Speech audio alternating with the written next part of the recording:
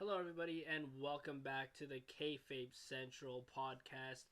Back with Predict the Bell. I am your host, Josh, as always. Like I said, we are here. We're Predict the Bell, and today we are doing my Backlash pay-per-view predictions and review. I feel like it's been a while since I've done a predictions podcast. Like before this started, I forgot the name of this series until it came to mind. I was like, "Oh, it's Predict the Bell." Like I have so many names for these things. Um, but yeah, I think the last time it hasn't even been that long because WrestleMania was only like what 2 weeks ago, 3 weeks ago. So yeah, it hasn't been that long, but and I think I recorded like a podcast like 2 3 days ago. Um, but yeah, we're here with the Backlash pay per view predictions. As always, I'm gonna get into a bit of self promo before we get into it. Make sure you subscribe, like, and comment. Hit the notification bell so you're up to date with all the videos, podcasts, and interviews. Speaking of interviews, go check out my interview with Gabriel Fuerza. We had a really good conversation where we dove into his career, his rivalries that he's had, and just an all around great conversation and great guy. So go ahead and go check that out. I do have some more interviews coming to you guys very soon, so make sure you stay tuned for that. But yeah, without further ado, I don't think there's anything else that I have to get into. This Backlash card is not a big one. I believe there's 5 matches. Hold on. One, two, three, 4, 5. Yeah, 5 match card. So not a huge card, but honestly, I don't hate it. I don't hate a 5 match card.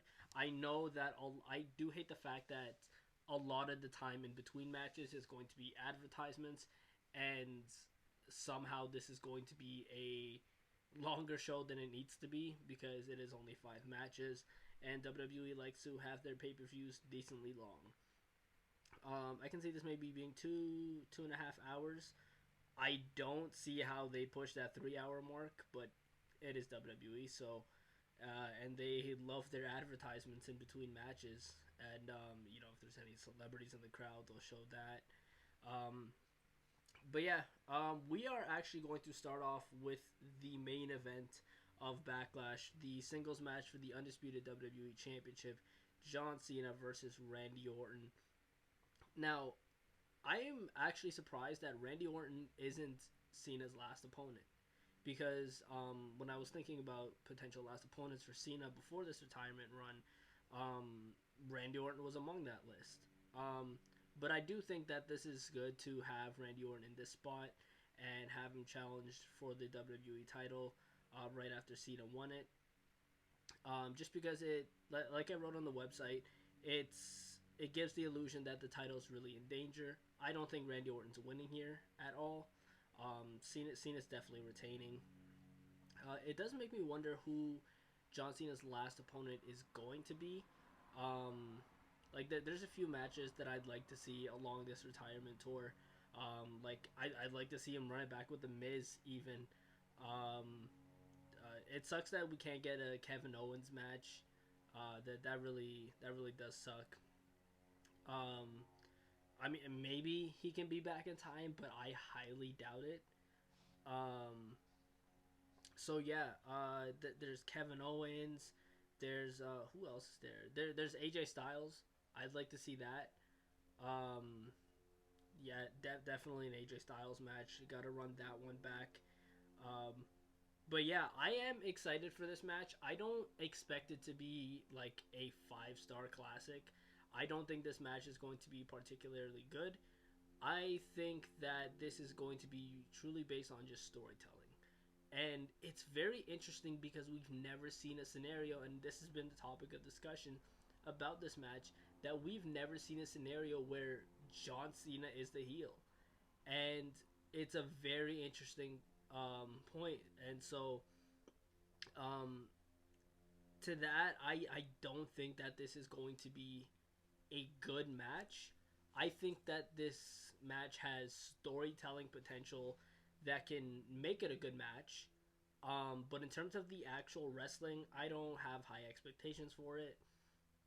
And if they tear the house down, then hey, exceeds my expectations, and it's even better. Um, I don't think there's going to be any type of interferences in this match. I think that John Cena maybe just wins by a low blow or something like that, ref shenanigans, whatever it may be. But he definitely cheats to win. Um, yeah, I there could be a scenario where um, Randy Orton wins the title, but then loses it to John Cena at Saturday night's main event. That is a possibility, because St. Louis. That would really pop me if Randy Orton won the title here. I don't think it's going to happen, and I'm sticking with John Cena as my pick because I think that's just the simple route WWE is going to take. But there's always the chance that Randy Orton wins it in St. Louis in his hometown. It gives him another title reign, and Cena just wins it back at Saturday night's main event because he is advertised for that show. But yeah, not much else to say about that. I am excited for this match. I really am. It's been a while since we've gotten a John Cena and Randy Orton match. I think the last time they wrestled was in 2017, if I'm not mistaken. So yeah, it's definitely been a long time since we've had to talk about a John Cena and Randy Orton match and not have it just be a dream. Um, so yeah, I think this match is great. Something that's not great though, and a title that I think is going to change hands. Um, I say not great. I'm fine with this feud, but um, Becky Lynch versus Lyra Valkyria versus the Women's Intercontinental Championship. I said not great just because there's been points where I was like, they could have gone a different route. They could have went about this a different way. But I'm literally just being critical, and this feud is fine. Um, Lyra is definitely impressing me more. I was one of, I don't know, few people, if other people felt this way, when Lyra first came onto the main roster, that said uh, Lyra should have spent more time in NXT and shouldn't have been called up. But she's looking more confident. She's looking better. She's looking better in the ring, sounding better, and just all around becoming a great wrestler. And I'm starting to see why they put the NXT Women's Championship on her in NXT. So yeah, shout out to Lyra Valkyria. She has been proving me wrong, and I give her all the credit in the world for doing that because I never am one to hate. My voice just did a weird thing. I never want to hate or talk down on a wrestler or hope for the worst for a wrestler. I always hope that the product is good. I always hope if a wrestler's not doing great that they can work to get better and so the products can be good if they're being used on TV. And I am proud of Lyra Valkyria for pulling through and showing that she's actually progressing. Um, with that being said, though, I don't think she's retaining the Intercontinental Championship here. I think that Becky Lynch is going to walk away with it. They could do a scenario where Lyra Valkyria retains, but then Becky eventually wins it. I literally wrote on the website, and I'll read it out to you guys. Um, there are really two ways this can go. Either Becky Lynch wins the title now, or WWE stretches things out by having Lyra Valkyria retain, setting up a rematch down the line where Becky eventually takes it. If they go with the latter, it'll likely just be to buy time and give Lyra a credibility boost with a win, even if the end result is the same. I just don't see a scenario where Lynch doesn't walk away with a title at some point. Personally, I prefer if they skip the detour and just get to the payoff. And that is pretty much what I was going to say just now. And I think that Becky Lynch should just win the title here. And we should just get to where we're going. And I think Becky Lynch winning the title here will be particularly I cannot speak today. It'll be interesting. And yeah, I'm excited to see where it goes. I don't see a world where like I said, Becky Lynch doesn't win the title at some point.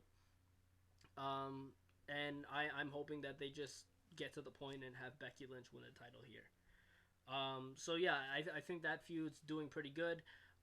Something that's not good though, and I actually mean it this time, is Gunther versus Pat McAfee.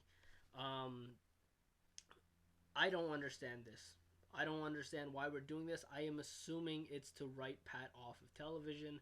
I assume Gunther's just going to destroy Pat and he's going to be written off television, but this just doesn't make any sense to me because if like Gunther destroys Pat McAfee, gets him all bloody and stuff, he's written off TV, but then the next day he's on his podcast jumping around, doing what he does. It kind of just takes away. It doesn't. It still doesn't make sense. Um, a lot of people are saying this is a setup Gunther versus Goldberg. I don't know, and I don't hope. I hope that's not the case. Um, I don't know what Gunther does after this. He's definitely gonna win. If Pat McAfee wins this, it'll be one of the worst decisions WWE has made.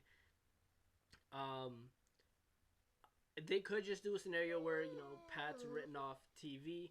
I apologize if you hear the noise in the background. My dog just let out a very dramatic yawn. He likes interrupting my podcasts and interviews. Like if you've been a consistent listener, you'll know.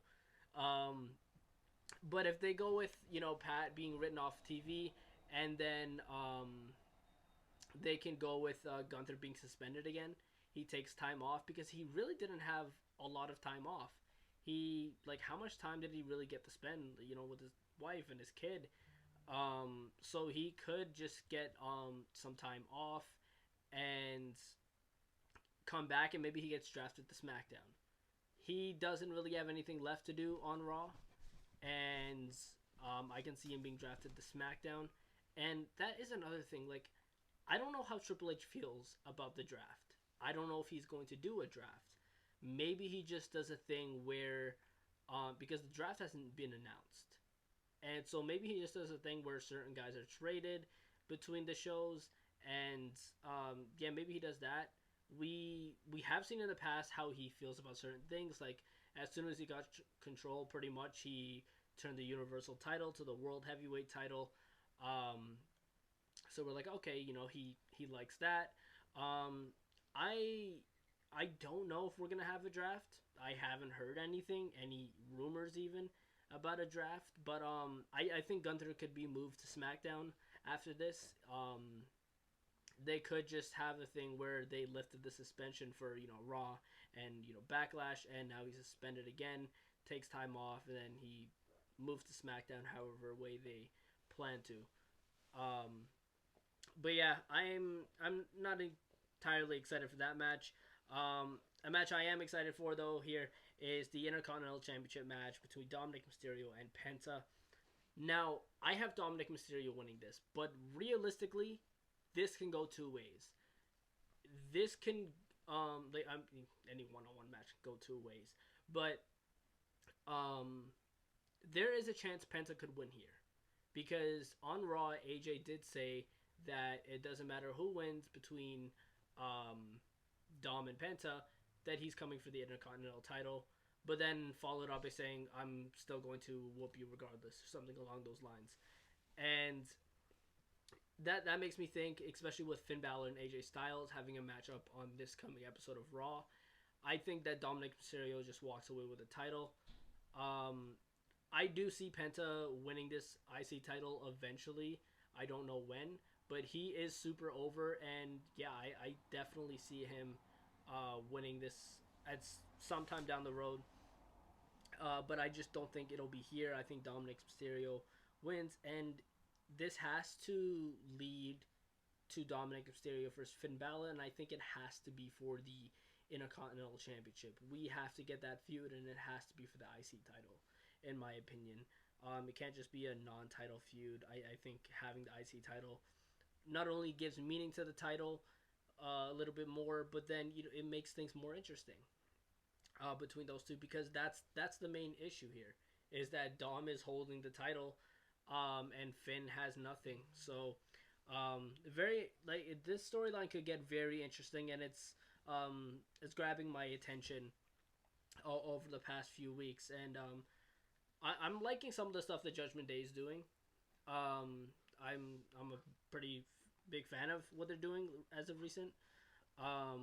So yeah, and I like Dominic Mysterio. So, um, but yeah, Dom versus Penta should be a solid match. I have Dom winning that. The final match we have on here is the Fatal 4-Way match for the United States Championship between Jacob Fatu, Damian Priest, Drew McIntyre, and LA Knight. Um, I think Jacob Fatu retains here. Um, Obviously, there's always the chance that he doesn't. But if he doesn't, and one of the challengers win, I think it should be Drew McIntyre. He needs something. Something. LA Knight just lost it. Damian Priest doesn't really need it. If you're not going to give him a top main event feud, give him a mid card title. Because he deserves it, and he definitely just needs something. Um, but in the grand scheme of things, I think Jacob Fatu is going to retain here. Um, we also have to think about Solo Sikoa though.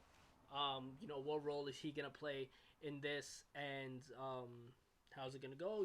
Maybe he costs Jacob the title, and then Jacob was like, I literally just won that title, man, and now you're gonna have to help me get it back. And maybe Solo responds by saying, maybe it's my turn to be a champion, and that's how that feud starts. So yeah, I am sticking with Jacob Fatu winning.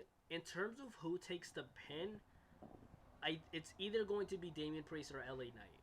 I'm leaning a little bit more towards Damian Priest because LA Knight just lost the US title at WrestleMania. I know Damian Priest lost at WrestleMania too, but between the two, I can see Damian Priest more likely to take the pin.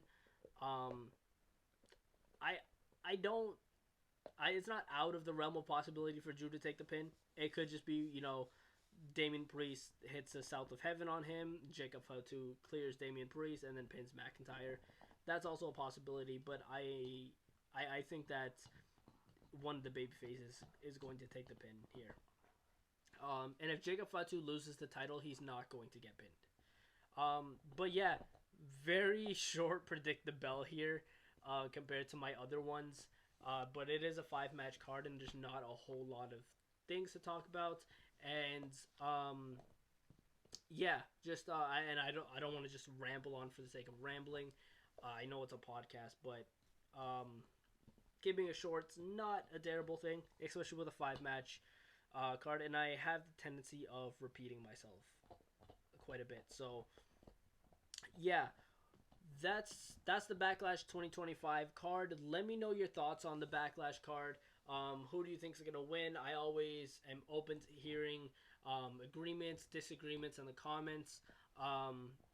So yeah, let me know your opinions and thoughts in the comment section below. Make sure you subscribe, hit the notification bell so you're up to date with all the podcasts, interviews, and videos that I have coming to this channel. We have a lot of content lined up. I have a few announcements coming in the next few weeks.